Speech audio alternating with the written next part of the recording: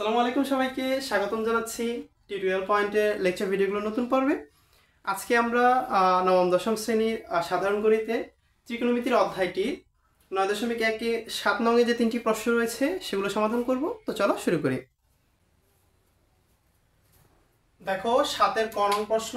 এখানে বলছে sin a divided cos a k plus cos a divided sec a equal to 1 প্রমাণ করতে। তাহলে বাম পক্ষে দেওয়া আছে হচ্ছে sin a divided cos a k plus cos a divided sec a। ওকে, তাহলে আমরা উপরে sin a এটাকে পরিবর্তন করলাম না, cos a কে পরিবর্তন করে আমরা লিখতে পারি এই যে এখানে আছে cosec theta equal to 1 divided sin theta. তাহলে আমরা এখানে লিখতে পারি cosec থিটার পরিবর্তে 1 ডিভাইডেড sin থিটা বা a। এখানে দেখো থিটা a, এখানে যে রাশিটা থাকবে a থাকলে a বসাবো, থিটা থাকলে থিটা বসাবো, এটাই আমি এখানে সূত্রগুলো থিটা দিয়ে লিখছি। আচ্ছা, প্লাস এখানে আসি cos কে পরিবর্তন করলাম না, sec কে পরিবর্তন করে cos এ নিয়ে যাব। আমরা পড়ছিলাম sec theta equal to 1 divided cos theta. তাহলে এখানে লিখতে পারি 1 ডিভাইডেড cos a। বা দেখো এখানে থাকার লব, এটা এই যে হরে যে ভগ্নাংশটা আছে এটার সাথে গুণ অবস্থায় আছে, ভাগ অবস্থায় আছে, আমরা এটাকে গুণ অবস্থায় নিয়ে যাব।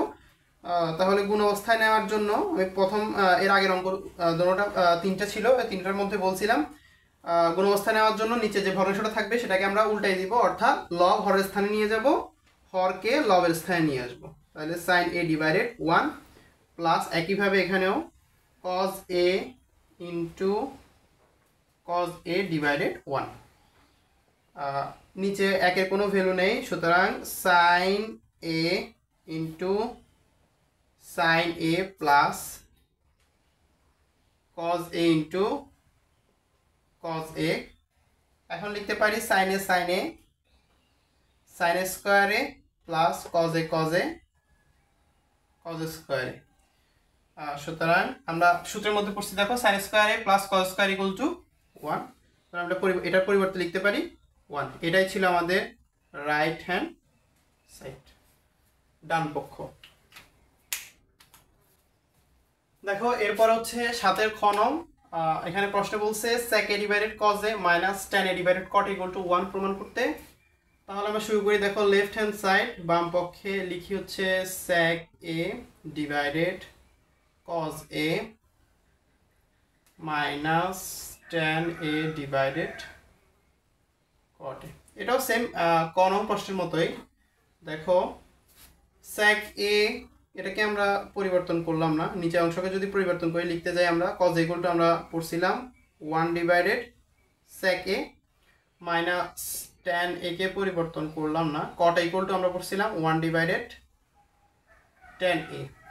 বা এখন যদি আগের মতো করি, ভগ্নাংশটাকে যদি গুণ অবস্থা থেকে ভাগ অবস্থা থেকে গুণ অবস্থায় নিতে চাই, তাহলে ইন্টু sec a, হরকে আমরা উল্টাই দিব। একইভাবে এখানেও tan a into tan a divided cot।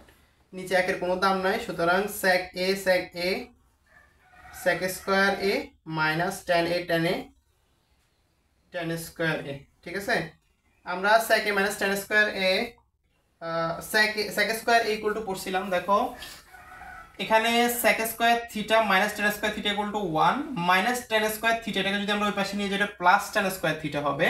তাহলে আমরা বলতে পারি তখন sec square theta equal to 1 plus tan square theta, 1 plus tan square theta, অর্থাৎ এখানে হবে 1 plus tan square a, 1 plus tan square a minus tan square a। tan square a plus tan square a minus, এটাকে আমরা কাটতে পারি, সুতরাং থাকছে শুধু 1। এটাই হচ্ছে ডান পক্ষ। দেখো 7-এর গ নং প্রশ্নে কি বলছে 1 divided sin square a plus 1 divided cosec square a equal to 1 টা প্রমাণ করতে। তাহলে আমরা লেফট হ্যান্ড সাইডে লিখব 1 divided 1 plus sin square a plus 1 divided 1 plus cosec square a। ঠিক আছে। ওকে, এখানে যে কোনো একটাকে আমরা পরিবর্তন করব, সাইনকে রাখি, কসেককে পরিবর্তন করে ফেলি। কসেককে পরিবর্তন করলে সাইন এই চলে আসবে 1 প্লাস এ লাইনে, তাহলে এখানে কোনো কাজ করলাম না, প্লাস এখানে দেখো এখানে শুধু পরিবর্তন করে লিখবো কসেক স্কয়ার ইকুয়াল টু, আমরা পড়ছিলাম যে 1 ডিভাইডেড সাইন, তাহলে 1 ডিভাইডেড সাইন স্কয়ার এ। ঠিক আছে, তাহলে বা 1 ডিভাইডেড 1 প্লাস সাইন স্কয়ার এ প্লাস, এখন দেখো নিচে সাইন স্কয়ার এ একে, সাইন স্কয়ার এর সাথে যদি 1 কে গুণ দেই তাহলে সাইন স্কয়ার এ কে সাইন স্কয়ার এ প্লাস চিহ্নটা দিলাম, তারপর 1 আছে 1 দিলাম, নিচে সাইন স্কয়ার এ। ওকে, বা 1 ডিভাইডেড 1 প্লাস সাইন স্কয়ার এ প্লাস, এখানে যে ভগ্নাংশটা আছে এটার সাথে নিচের হয়ে হরটাকে আমরা উল্টাই দিব, গুণ অবস্থায় নিয়ে যাব, 1 ইন্টু সাইন স্কয়ার এ ডিভাইডেড সাইন স্কয়ার এ প্লাস 1 যে কথা, 1 প্লাস সাইন স্কয়ার এ একই কথা, কারণ দুইটাই ধনাত্মক রাশি। ঠিক আছে, এখন 1টাকে যদি আমরা এখানে পরিবর্তন করি, এই রাশিটার কোনো পরিবর্তন হবে না, কারণ যে কোনো সংখ্যা বা চলককে যদি আমরা 1 দ্বারা গুণ করি ওই চলকই পাওয়া যায়, কোনো পরিবর্তন আসে না।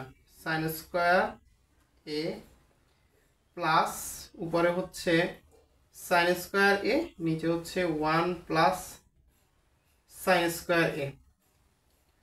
দেখো তাহলে আমরা এই যে 1 প্লাস সাইন স্কয়ার এ 1 প্লাস সাইন স্কয়ার লসাগু লিখতে পারি 1 প্লাস সাইন স্কয়ার এ, আর উপরে হচ্ছে এখানে 1 আছে, প্লাস চিহ্নটা দিব, তারপর সাইন স্কয়ার এ 1 প্লাস সাইন স্কয়ার এ। দেখো 1 প্লাস সাইন স্কয়ার এ উপরে, নিচে 1 প্লাস সাইন স্কয়ার এ, সুতরাং আমরা এটা যদি কাটাকাটি করি তাহলে পাচ্ছি শুধু 1, উপরে নিচে যদি একই রাশি হয় কাটাকাটি করলে আমরা পাই হচ্ছে 1। ঠিক আছে, এটাই হচ্ছে আমাদের রাইট হ্যান্ড সাইড অর্থাৎ ডান পক্ষ।